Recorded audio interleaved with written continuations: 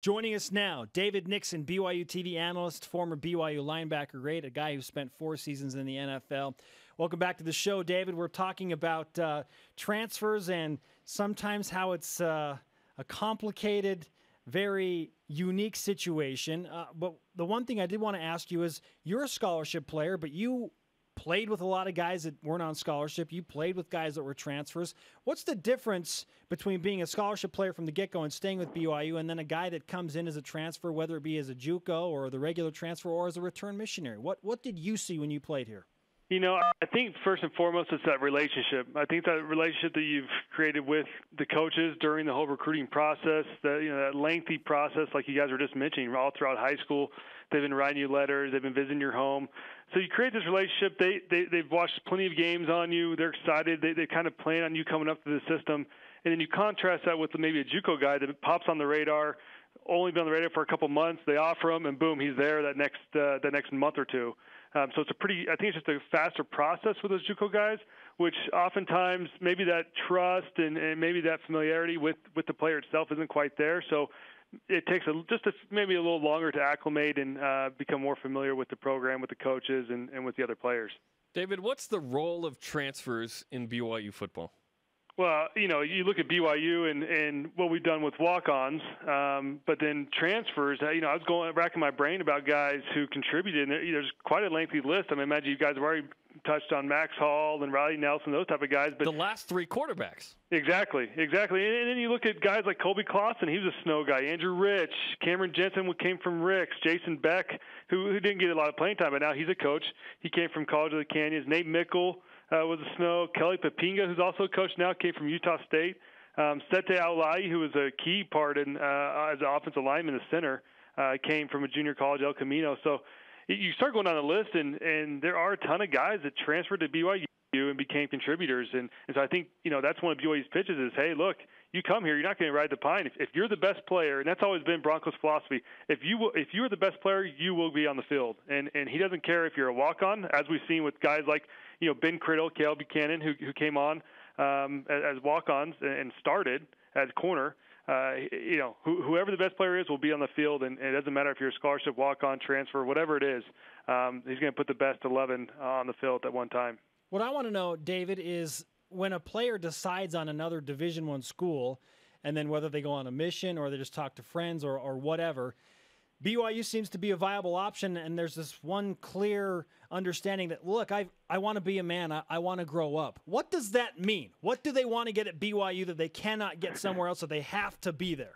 Well, I think a lot of it obviously is the whole mission aspect. I think these young men go on missions. Maybe previously to going on a mission, they sign with a different university thinking they had something better to offer them. And they get out on these missions and they realize that other things are more important in life than just football. And that was one of the big criteria for me when I was deciding where to go coming out of high school. I said, well, look, football's only essentially 4 months out of the year when you're playing games. The rest of the 8 months of the year, you have to live a normal life, and you have to enjoy being around the people that share the same values and are interested in the same things you are. So for me, that's what made BYU stand apart and maybe want to come up to Utah.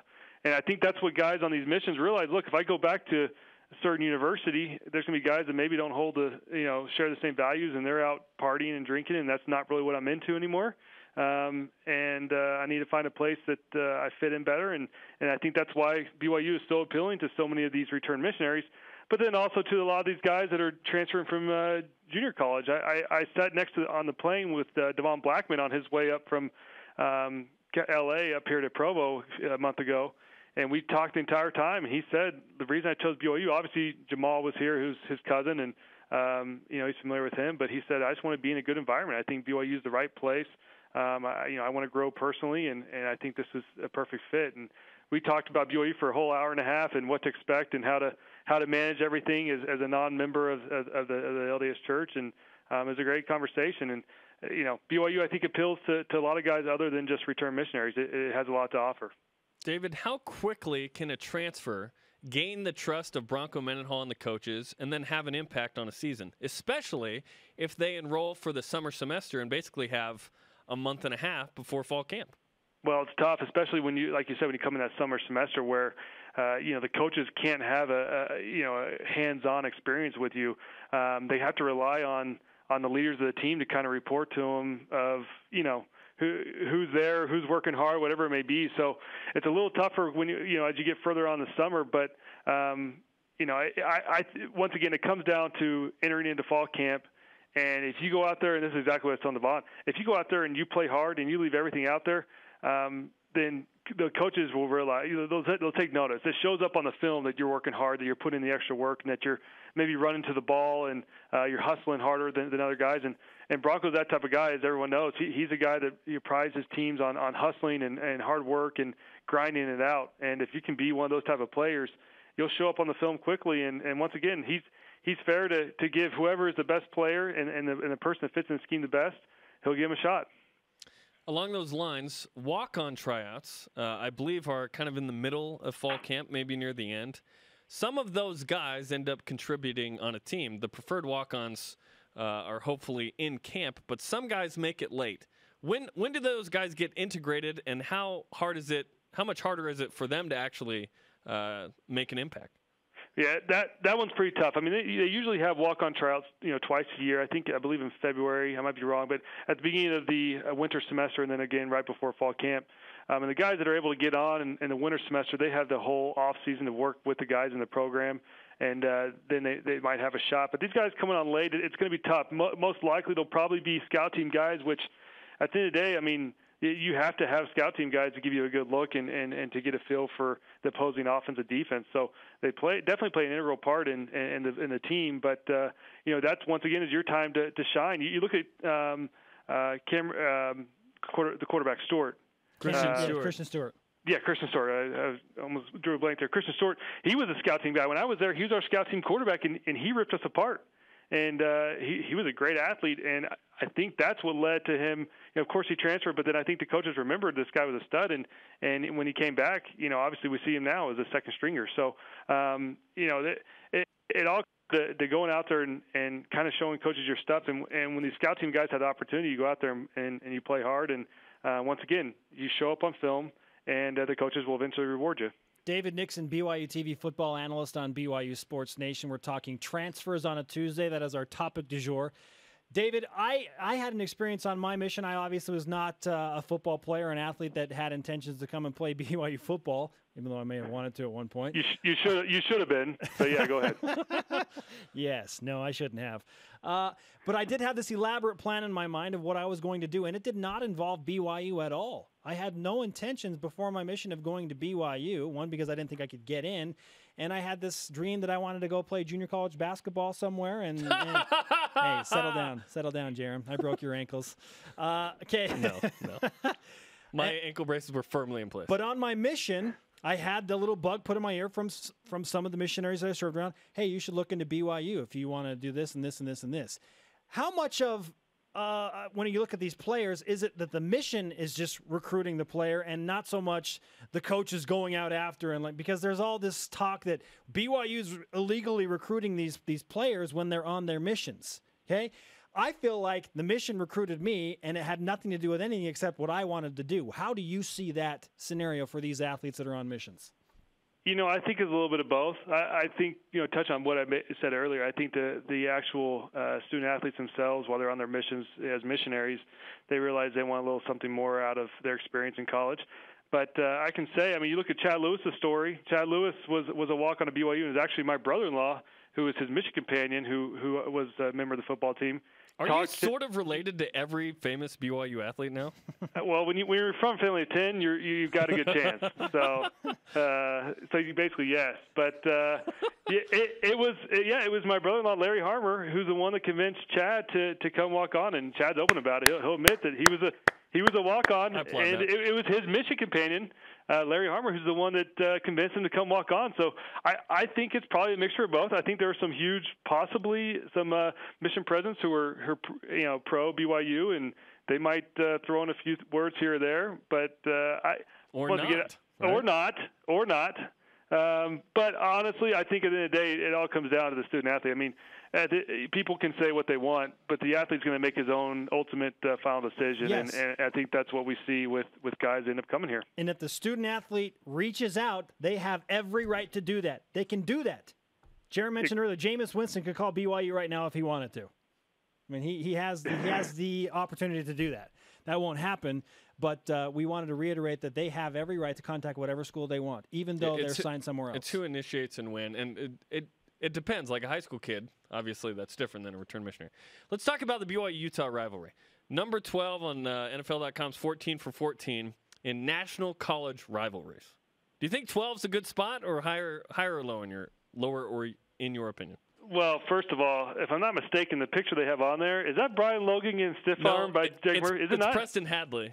Oh, man, I was about to roast Brian for days. You should. You should be like, yeah, it looks like you, Brian. You will anyway. I think we'll still say it is him. Forget it. Listen, I think it deserves probably to be higher. It's interesting. Broncos shared the story a few times, and maybe the listeners have heard this one. But when Bronco a few years ago was at one of those Nike camps where Nike hosts all the top coaches in the country, he was there with Urban Meyer when Urban was at Florida, and they were all sitting around a table with Bobby Bowden and all these big time coaches, and they were talking about this topic, the rivalry. And Bronco shared with us that Urban piped up and said, look, being here at Florida, I've been part of, some crazy rivalries with Miami, with Florida State. He said, but none of them hold a candle to the BYU Utah rivalry. Wow. And he said, just obviously the religious ties, the proximity of how close the universities are. You throw that all in, all the church versus state, whatever you want to call it. When you throw all that in, he's like, none of the other rivalries are even close to that BYU Utah. And I think as being a part of it, it's true. I mean, I grew up with the whole Texas A&M rivalry, and it was heated, it was intense, but it didn't get personal like this one does. Really? And it really.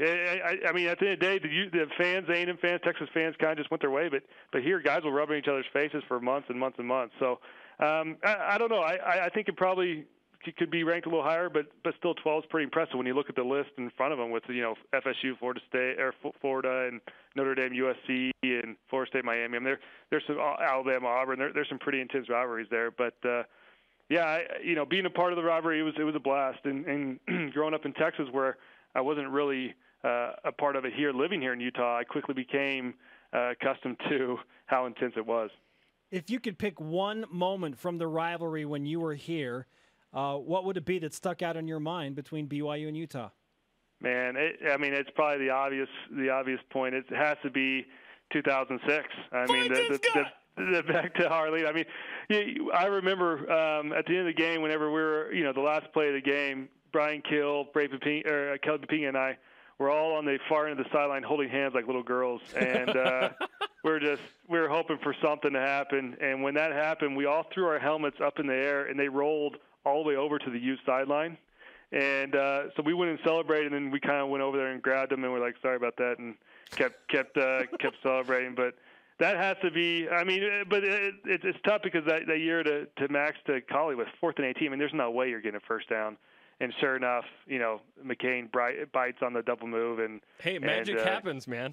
Magic happens. I mean, there's some excellent memories to hang your hat on, but hopefully, obviously, the next 2 years we won't have the chance to have that rivalry, but hopefully there'll be many more to come. Tell me that this game is better than Oregon State. I'm looking at the list right now. Oregon State's 11, BYU's 12. Come on. Listen, I think every school could probably argue this, saying, look, our rivalry is much better. But at the end of the day, we made the top 14, so I think it warrants some press for sure. When did it get personal? Well, it's interesting because amongst players, like Brian Johnson and I became good buddies. He's from Texas, and then we'd see each other at these, functions, whatever it may be, and we ended up becoming, we talked to each other, and I wouldn't say buddies and we were calling each other, but it was cordial. And I think amongst players, you look at guys like Jake Murphy, who, I helped recruit to BYU, and then this past year he was living in my apartment complex. He's in my ward with me, and we talked, almost weekly. So in Salt Lake. In Salt Lake, yeah. And so, there are these. A lot of the players know they maybe grew up with guys at certain high schools, and so I think amongst the players it's still heated.